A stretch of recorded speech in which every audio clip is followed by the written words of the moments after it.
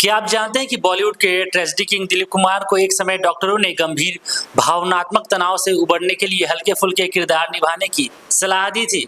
इसी सलाह ने हिंदी सिनेमा को उसकी सबसे यादगार फिल्मों में से एक कॉमेडी यादगार फिल्म राम और श्याम दी। नमस्कार, आप देख रहे हैं एसबी फिल्म्स एंड मीडिया। मेरा नाम है तेजेश्वर साहू। जिंदगी के हर पड़ाव पर साफ नजर सबसे जरूरी होती है, और जब बात हो आपकी आंखों की, भरोसा कीजिए दृष्टि नेत्रालय पर।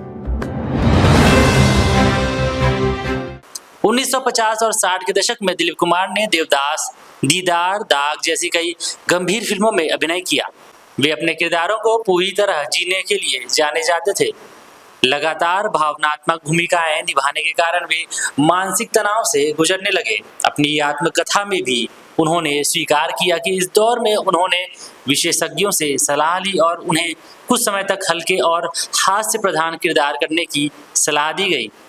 इसी दौरान दक्षिण भारतीय निर्देशक तापी चाणक्य उनके पास 1964 की सुपरहिट तेलुगु फिल्म रामुडू भीमडू का हिंदी रीमेक लेकर पहुंचे। कहानी दो जुड़वा भाइयों डरपोक राम और नटखट श्याम की थी।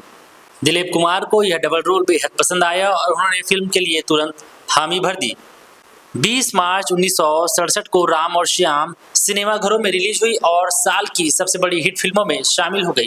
दर्शकों ने पहली बार दिलीप कुमार को डबल रोल में देखा और उनके कॉमिक अंदाज की जमकर तारीफ की। इस फिल्म ने यह साबित कर दिया कि वे सिर्फ दर्द भरे किरदारों के ही नहीं बल्कि शानदार कॉमेडी के भी बेजोड़ कलाकार हैं।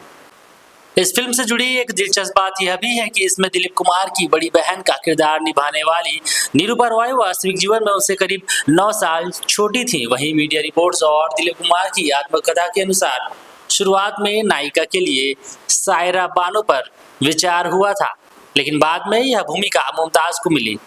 राम और श्याम की जबरदस्त सफलता के बाद हिंदी सिनेमा में डबल रोल और जुड़वा किरदारों पर आधारित फिल्मों का दौर और मजबूत हुआ। आगे चलकर सीता और गीता, चालबाज जैसी कई लोकप्रिय फिल्में इसी शैली को नए अंदाज में लेकर आगे आई।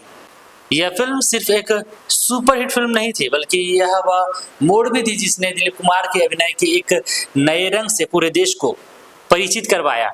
साथियों, आज हमने दिलीप कुमार की इस फिल्म के बारे में बातचीत की, राम और श्याम की। आखिर उन्होंने यह फिल्म क्यों चुनी, और आज का यह वीडियो आपको कैसा लगा कमेंट बॉक्स में बताएं। और ऐसे ही खबरों के लिए, ऐसे ही बातचीत के लिए एसबी फिल्म्स एंड मीडिया को जरूर सब्सक्राइब करें। मुलाकात करते हैं नेक्स्ट वीडियो में, तब तक के लिए धन्यवाद, नमस्कार, जय जोहार।